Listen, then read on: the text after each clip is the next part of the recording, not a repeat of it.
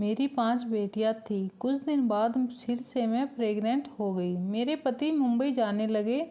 मेरे पति को बेटे चाहिए थे, तो उन्होंने कहा कि अगर इस बार बेटी हुई तो उसे जिंदा दफन कर देना और अगर बेटा हुआ तो रख लेना।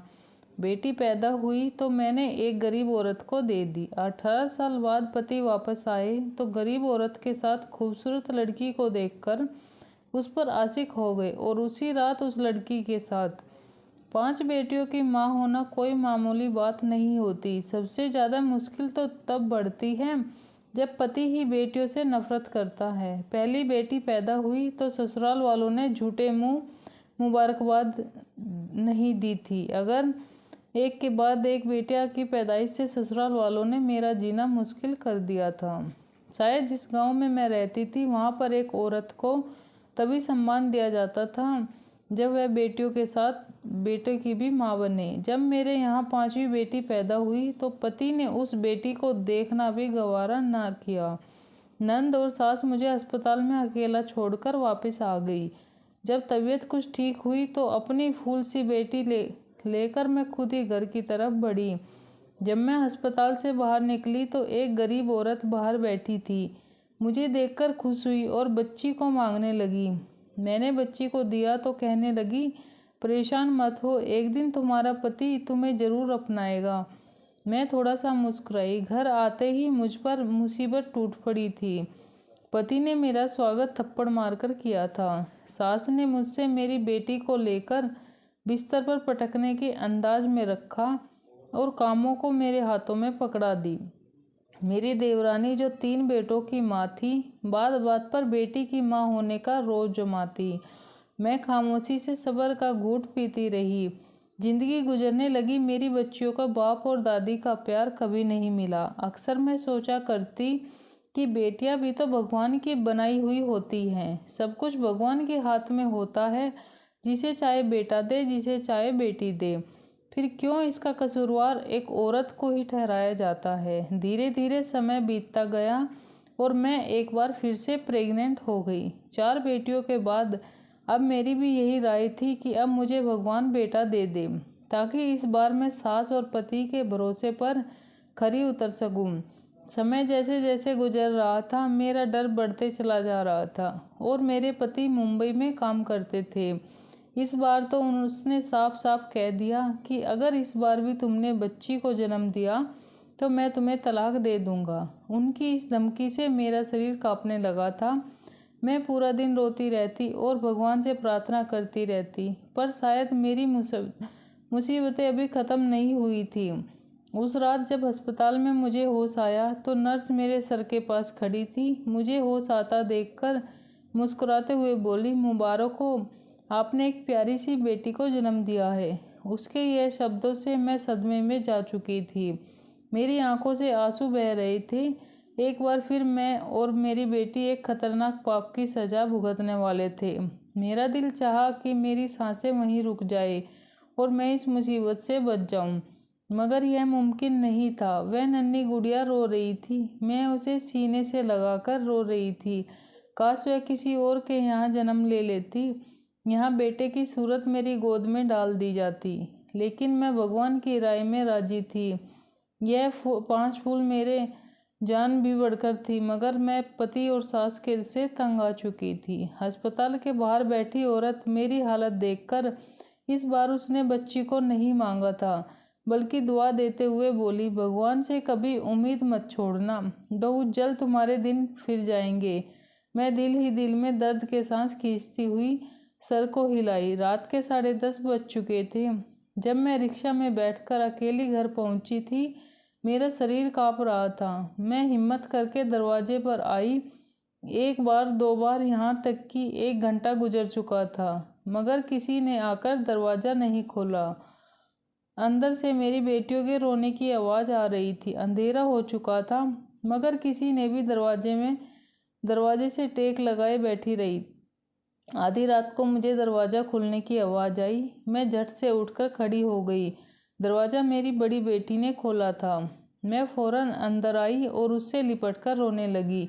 मेरे न होने पर उन 5 ने ना जाने कौन कौन से जुल्म बर्दाश्त किए होंगे। मेरा पति बेखबर सो रहा था। मैं भी खामोशी से अपनी छठी बेटी के साथ कमरे में जाकर सो गई।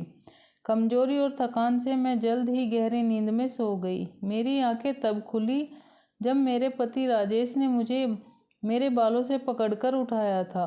मैं पहली बार उसका गुस्सा देखी थी। मुझे डर लगने लगा था। ऐसा लगता जैसे मुझे जान से ही मार देगा। राजेश मुझे घसीटता हुआ कमरे से बाहर लेकर आया। मेरी बेटियां यह देखकर रोने लगी, जबकि सास उन्हें डांटकर चुप करवाने लगी। मेरा पति बोला, किसके कहने से तू इस घर में दाखिल हुई है? मेरे घर के दरवाजे अब तुम्हारे लिए बंद हो चुके हैं। अपनी बेटियों को लो और मेरे घर से निकल जा। सास भी मेरी बेटियों को धक्के देकर घर से निकालने लगी। मैं हाथ जोड़कर उनके कदमों में गिर गई। यह घर ही मेरा सब कुछ था। मैं 6 बेटियों को लेकर आखिर कहाँ जाती? मेरा पति घर से निकाल चुका था। मैं बेटियों के साथ वहीं दरवाजे पर बैठी रो रही थी कि तभी मुझे सास के चिल्लाने की आवाज़ आई और फिर मेरे पति की आवाज़ सुनकर मुझे कुछ दुर्घटना का एहसास हुआ। मेरी सास पांव फिसलने से गिर चुकी थी और उनका सर किसी चीज़ से लगकर फट चुका था। मेरा पति हड़बड़ाकर रोते हुए उन्हें डॉक्टर के पास ले जाने लगा, मगर कुछ देर बाद ही बहुत बुरी खबर मिली कि सास के सर पर गहरी चोट लगने की वजह से मृत्यु हो चुकी है। भले ही मेरे पति ने मेरे और मेरी बेटियों के साथ अच्छा नहीं किया था, मगर उस वक्त उन्हें तकलीफ में देखकर मैं उनका गम बांटने लगी।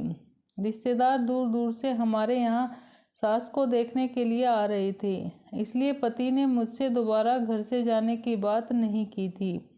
वक्त गुजरता गया और राजेश का व्यवहार पहले से कुछ बेहतर होता। 3 माह हो चुके हैं और अब मुझे वापस मुंबई भी जाना है। मैं मुंबई जाने से पहले दूसरी शादी करना चाहता हूँ, क्योंकि तुम तो बेटियां पैदा करने की मशीन बनी बैठी हो। यही ख्वाहिश मेरी माँ भी दिल में समाये हुए दुनिया से चली गई। पति का यह शब्द मेरा खून खोल गया था। पहले की मुसीबतें कम थी जो अब मेरे सर पर सौतन भी लाना चाहते थे। मैं उन्हें समझाने लगी, मगर वह उल्टा सोच रखने वाले इंसान मेरी बात कहाँ सुनते। उस रात मैं बहुत रोई। मुझे मेरी जिंदगी एक बोझ लगने लगी थी। मेरा दिल चाहा कि मैं खुद को इस दुनिया से आज़ाद कर दूं, मगर जब ख्याल अपनी बेटियों का आता तो फिर इस इरादे को भुला देती। सुबह हुई तो मेरा शरीर बुखार से तड़प रहा था। पहले तो पति ने ध्यान नहीं दिया, मगर जब मेरी तबीयत ज़्यादा बिगड़ने लगी तो मुझे डॉक्टर के पास ले गया। मुझे हैरानी तब हुई जब डॉक्टर ने कहा कि आप माँ बनने वाली हैं। उसके यह शब्द मुझे खुशी नहीं दे रही थी, बल्कि उल्टा मेरी मुसीबतें बढ़ा रही थी। मेरे पति को आज रात वापस मुंबई जाना था। जब उसने यह खबर सुनी तो खामोशी से मुझे घर ले आया। घर लाकर तेज आवाज़ से कहने लगा, अगर इस बार तुमने बेटा को जन्म दिया तो ठीक, वरना अगर बेटी हुई तो मार देना या फिर जिंदा दफन कर देना, मगर इस दुनिया में लाना मत। अगर मेरी बात के खिलाफ हुई तो तुम्हारी 6 बेटियों को ऐसी जगह भिजवा दूंगा जहां से तुम दोबारा कभी उनसे मिल नहीं पाओगी। पति की शर्त सुनकर मैं दंग रह गई। राजेश मुंबई चला गया था और मैं इसका शिकार हो चुकी थी। जैसे जैसे वक्त करीब आ रहा था, मेरा दिल धड़कता जा रहा था। मैं हर समय यही प्रार्थना करती कि इस बार मुझे बेटा मिल जाए। मेरे घर में एक और बेटी आने का मतलब था बाकी की 6 बेटियों से भी हाथ धो बैठना। मैं नन्ही सी जान को किसी भी तरह मौत के घाट नहीं उतार सकती थी। समय पूरा हुआ और मैं भगवान से प्रार्थना करते अस्पताल में चली गई। मुझे इस बार बेटा ही चाहिए था, मगर शायद भगवान को कुछ और ही मंजूर था। एक बार फिर मैंने बेटी को जन्म दिया था। पति का बार बार आता फोन मैं काट दे रही थी। उसे क्या बताती कि आप 7वीं बेटी के बाप बन चुके हो। मेरे लिए यह बिल्कुल भी आसान नहीं था, मगर अब मैं दिल पर पत्थर रखकर फैसला कर चुकी थी। मैं इस बेटी को अपने साथ नहीं लेकर जाऊंगी। मैं इस मासूम बच्ची को मारने का सोच भी नहीं सकती और ना ही उसे जिंदा दफन कर सकती थी। मुझे कोई बीच का रास्ता निकालना था और यह काम शायद मेरे लिए दुनिया का सबसे मुश्किल काम था। मैं अस्पताल से बाहर निकली, सामने वही गरीब औरत बैठी थी। न जाने उस वक्त मैंने दिमाग में क्या सोचा। मैंने उस गरीब औरत को अपने साथ ले लिया और अस्पताल से हटकर दूसरी जगह पर चली आई। वह औरत हैरान थी, मगर जो बात मैंने उससे कहा उसे सुनकर वह एकटक मुझे देखने लगी। कुछ देर खामोश रहने के बाद उसने हाँ में सर हिलाया और मेरी बेटी को मेरी गोद से उठा लिया। मेरा दिल उस वक्त टुकड़ों में बट गया था। एक माँ के लिए अपने बच्चों को खुद से जुदा करना बिल्कुल आसान नहीं होता। मैं दिल पर पत्थर रखकर घर की तरफ वापस आ गई। घर पहुँचते ही राजेश का फ़ोन आया। शायद वह मेरे जवाब का इंतज़ार कर रहा था। मैंने डरते हुए उसे बताया कि मैंने एक बेटी को जन्म दिया है। राजेश उसके जवाब में कुछ न बोला और कुछ देर बाद वह कॉल काट चुका था। वक्त गुजरता गया और राजेश को गए हुए 3 साल बीत गए। इस दौरान वह एक बार भी वापस श्रीनगर नहीं आए थे और ना ही मुझे कभी बात करने की कोशिश की थी। हर महीने पैसे ज़रूर भिजवा दिया करते, जिससे मेरा और मेरी बच्चियों का गुजारा हो जाया करता। मुझे दोबारा वह गरीब औरत कहीं नज़र नहीं आई थी और मेरी 6 बेटियां मेरे पास मौजूद थी, मगर मुझे रह रहकर उस बच्ची की याद सताती रहती जिसे मैंने 3 साल पहले एक गरीब औरत को दे दिया था। अब तो लोग तरह तरह की बातें करने लगे थे। कुछ को कहना था कि राजेश मुंबई में किसी दूसरी लड़की से शादी कर ली है। मेरे सभी रिश्तेदार बातें बना रहे थे कि राजेश की दूसरी पत्नी से बेटा पैदा हुआ है। इन लोगों की बातों ने मुझे परेशान कर दिया था। मैं जब भी पति का कॉल करती, वह मेरा फ़ोन नहीं उठाते। अब तो उन्हें पैसा भेजना भी बंद कर दिया था।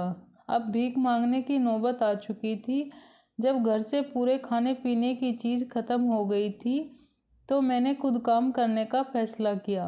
जहाँ भी काम मांगने जाती तो लोग मेरा मजाक उड़ाते कि पति मुंबई में लाखों में कमा रहा है और पत्नी घरों में नौकरी ढूंढ रही है।